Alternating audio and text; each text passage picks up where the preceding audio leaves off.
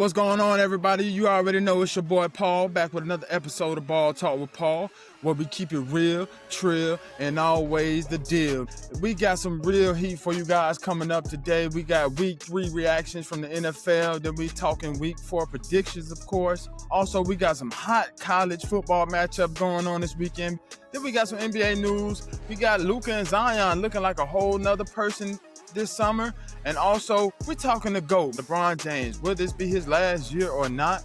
And in the WNBA, we heating up with those playoffs. Got great matchups going on there. And then we're talking some MLB, Aaron Judge and his greatness that he just surpassed last few days ago. So let's get right into it, guys. First, we got to start off with the Green Bay Packers taking a disappointing loss to the Cleveland Browns last Sunday, 13-10.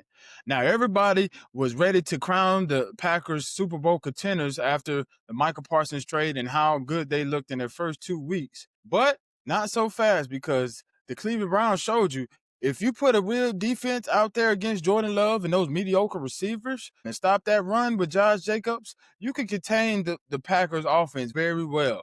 And that's what the Cleveland Browns did to secure that win. They didn't do much offensively. All they did was stop them defensively, kept their offense in the game, allowing their kicker to get the field goals when they need it, and that's what got them to win, essentially. Now, Jordan Love, he's still looking like he's under pressure in clutch moments, and he needs to figure that out, because you have to find a way to win when your team needs you the most. Not throwing late game interceptions, that's always going to cost you. So they have to figure it out and find out who is their real receiver. Who is going to be the guy that I can throw it to no matter what the situation is, and it's going to get caught. I don't know who that guy will be for the Packers, but they have to figure that out soon. And we all know Michael Parsons is a great player, but he only plays defense. He cannot play offense. So the Packers, they have to figure this thing out if they really want to be Super Bowl contenders and not Super Bowl pretenders. Next up, we got to talk about those Dallas Cowboys losing in a big fashion to the Chicago Bears, 31-14. Now, Dallas Cowboys fans,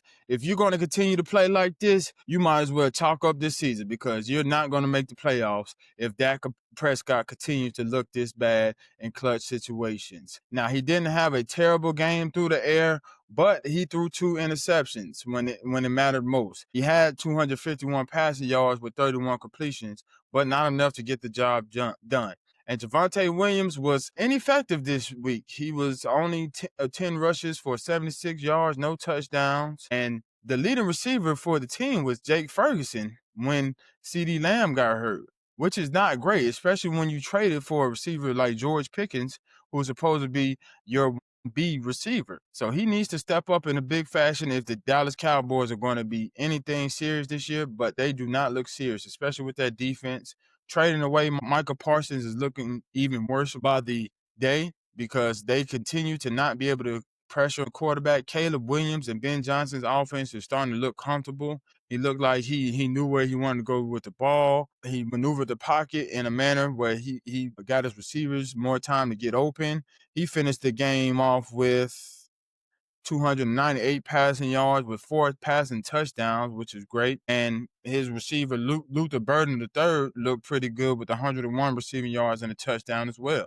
So those Bears are starting to figure it out, I think, with Ben Johnson. It took them a while, but those Dallas Cowboys are definitely looking like they're in trouble. So Cowboy fans, be ready for another disappointing season. Another showdown we have to talk about is those Detroit Lions going into Baltimore against those Ravens and putting on a show, beating the Ravens in their home field 38-30. Now, the Lions, they came in with a game plan and executed it to a T. They knew they wanted to ground and pound the ball with their two-headed monster in the backfield, Jahmyr Gibbs and David Montgomery. Both of those rushers rushed for over 200 yards combined. Jahmyr Gibbs has 67 rushing yards for 2 touchdowns, and David Montgomery had 151 rushing yards himself with 2 rushing touchdowns.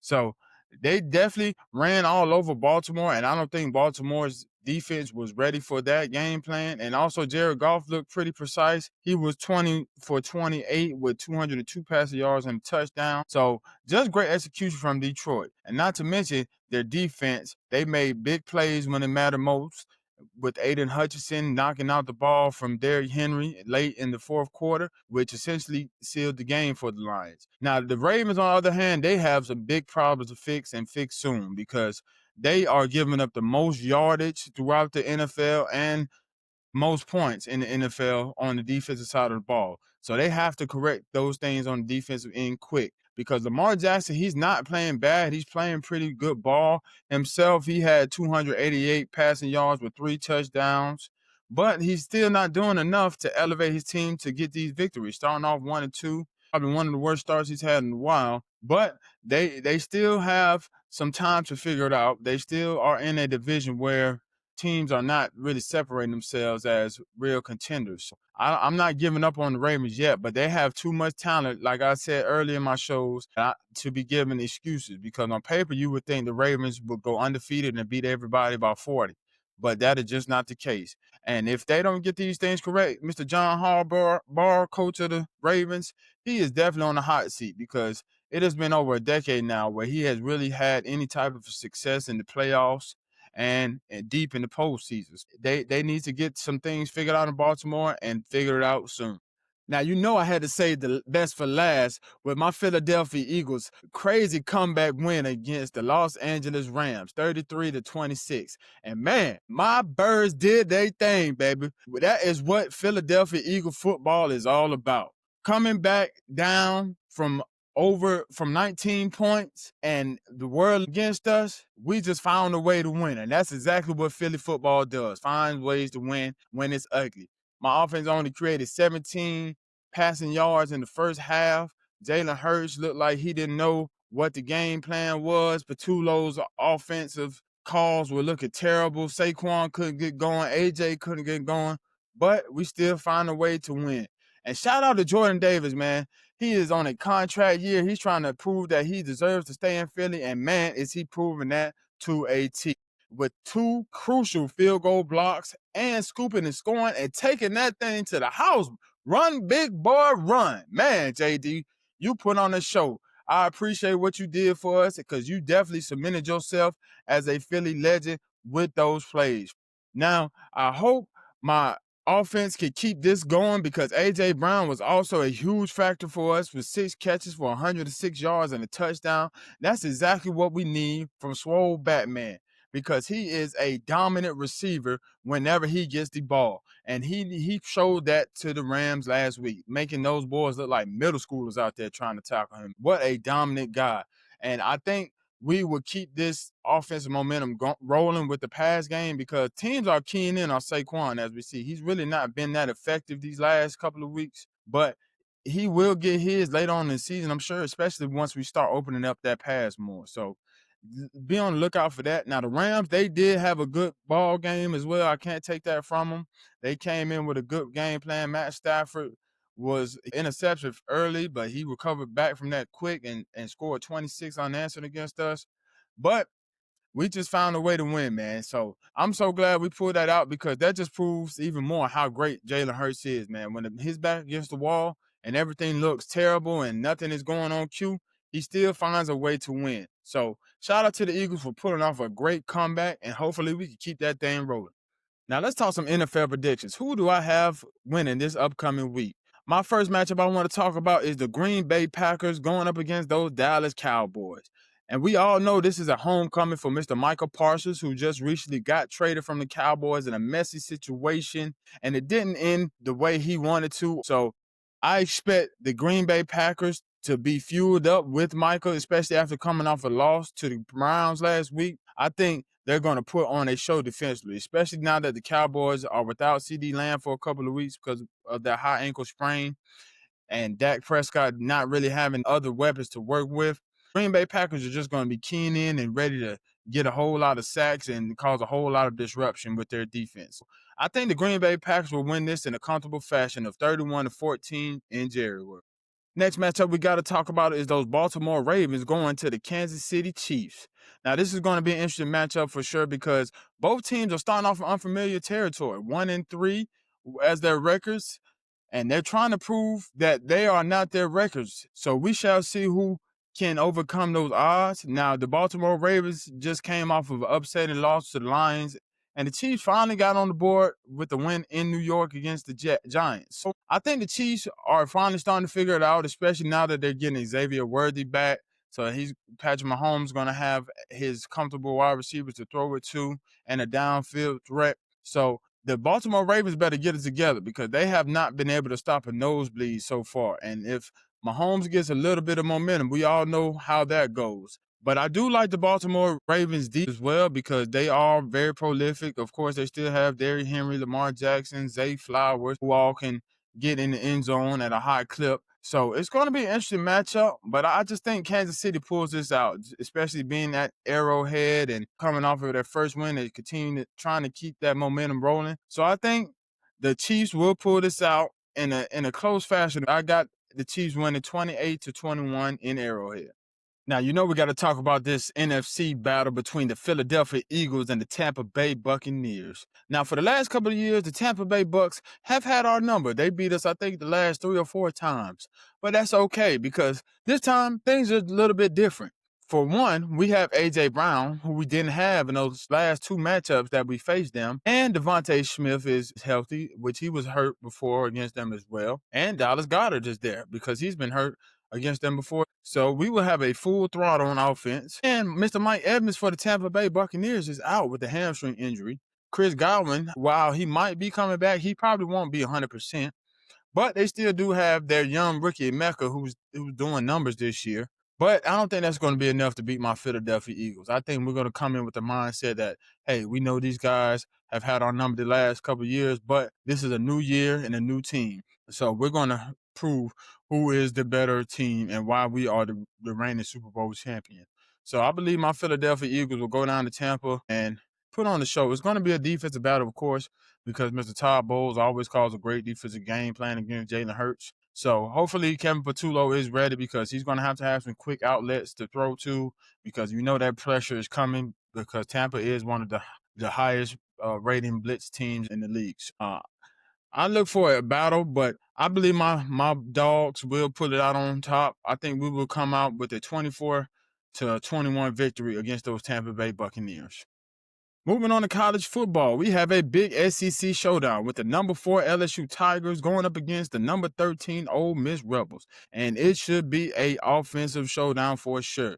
LSU led by Greg Newsomer with 962 passing yards on the year and 6 touchdowns. Looks like they're going to try to put their imprint on this game early because they have all the weapons that they need to at least put up points on Ole Miss, but I think Ole Miss just has a slighter edge right now because they have a prolific quarterback as well, Mr. Chambers. He's thrown for about 719 passing yards and 4 touchdowns so far, but they have a great running back in Lacey with 358 rushing yards on the year so far with 7 touchdowns.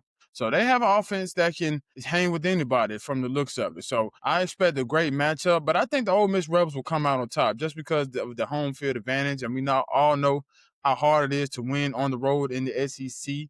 And I just don't think LSU has played enough formidable competition yet because they blew out the Clemson Tigers and Florida Gators, which we found out to be frauds. So I expect the Ole Miss Rebels to have a great game plan to minimize Newsomer and his crew and to come out with the win in Ole Miss. So I believe the Ole Miss Tigers will win in a close battle. It's going to be a score of 32-28.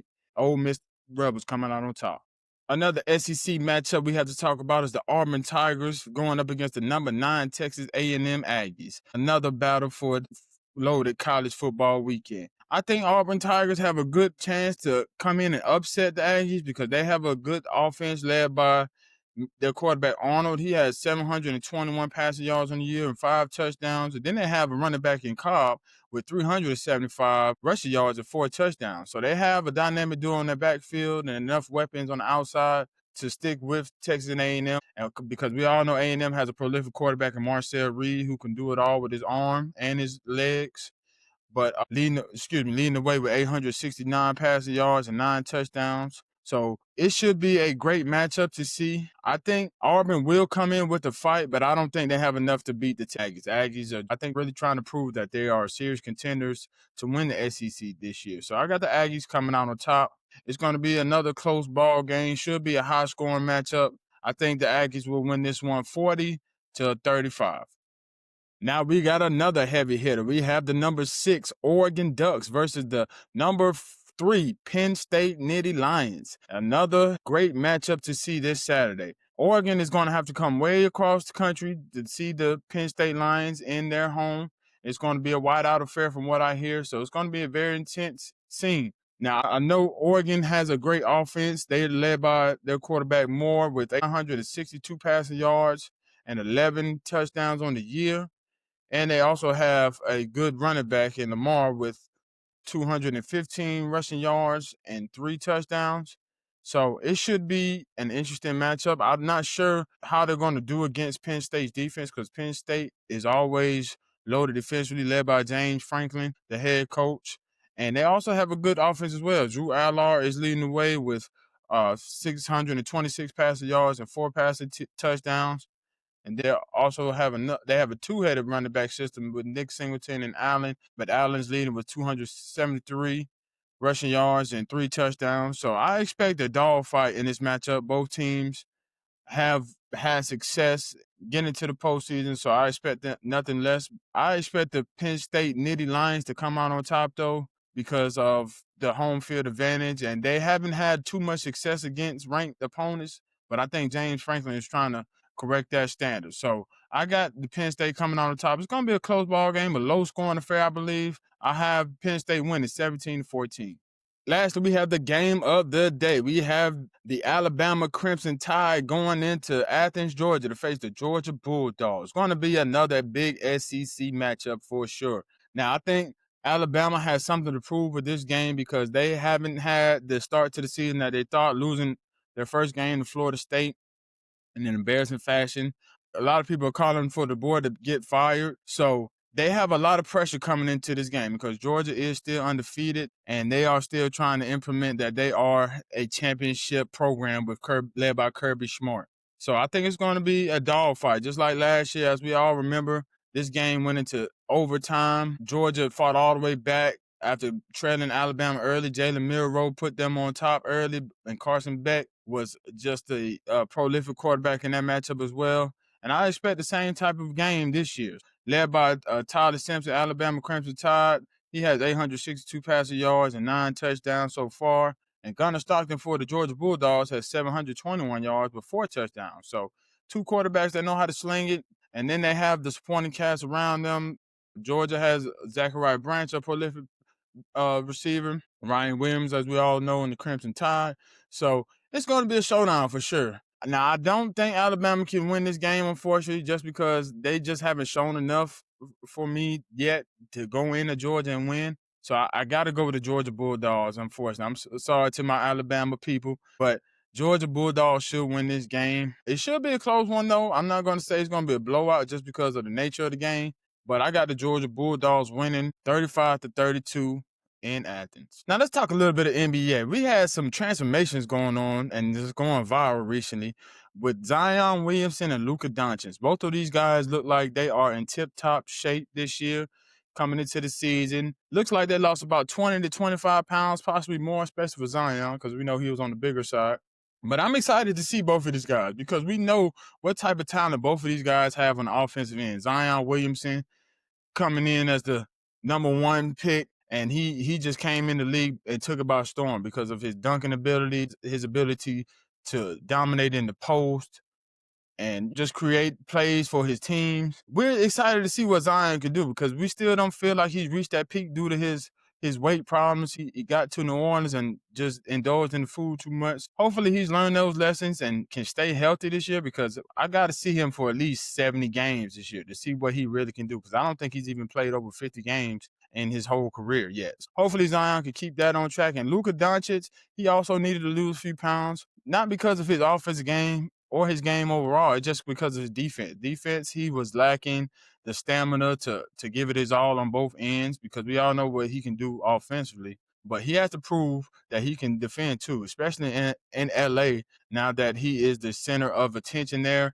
And with LeBron probably on his way out soon, Luka definitely is going to have to step his game up on both ends of the floor if he wants to be the franchise player for the Los Angeles Lakers. So I'm just happy to see both of these guys on the right track and actually putting their nose down and doing what they need to do to be the highest level of player that they can be. So excited to see what Luka Doncic and Zion Williamson will do for this upcoming NBA season. Now, moving on, we got to talk about if this is LeBron James last year or not, the GOAT himself, King James. Now, I hope it's not for LeBron just for my sake, because I would hate to see what basketball looks like without him. But realistically, Father Time is undefeated, and LeBron has been in the league for a whopping 23 years and has played at an all-time greatness level for all 23 years. So he's slowing down, and the time is coming. But I don't know if it would be this year. It's a lot of rumors that he could possibly retire this year, especially with his number being number 23 and his legacy being with 23. So we shall see. But I know that the Lakers just extended J.J. Redick. I know that's his boy. But I don't know if LeBron will be there, because I know he's going to try to want to play with Bryce once it's his time to come into the league. I don't know if Bryce will be a one and done like Bronny, but I know LeBron has a desire to play with both of his sons. So hopefully he will stick in the league at least 2 more years, because I just don't want to see him go this year. But if it is time, LeBron has done enough. He has submitted himself as the GOAT, if not one of the GOATs for sure. So be on the lookout for LeBron. Hopefully he doesn't retire, but time will only tell. Moving to the women's side of basketball, we have the Las Vegas Aces battling out with the Indiana Fever, and the series is tied 1-1. Now, this is going to be a battle to the finish for sure, but I believe the Aces will pull it out when it's all said and done. And speaking of Aces, shout out to A'ja Wilson, who just won her 4th MVP, the most ever in WNBA history, which is a feat that not too many see. A'ja, she is just the definition of dominance. She shows it night in and night out, and I'm happy she's still getting her recognition for that. Hopefully she will just continue with this motivation and take her team to the top, which I believe she will. Now, the Indiana Fever, led by Kelsey Mitchell, they are still battling it out. They do not want to go down without a fight. Aaliyah Boston is A'ja Wilson's little sister, so I know she's trying to prove a point to A'ja. So it's going to be a battle to the finish, but the Aces, they just have too much experience, too much championship experience, the coaching to get them over hump. So I got the Aces winning this battle coming soon.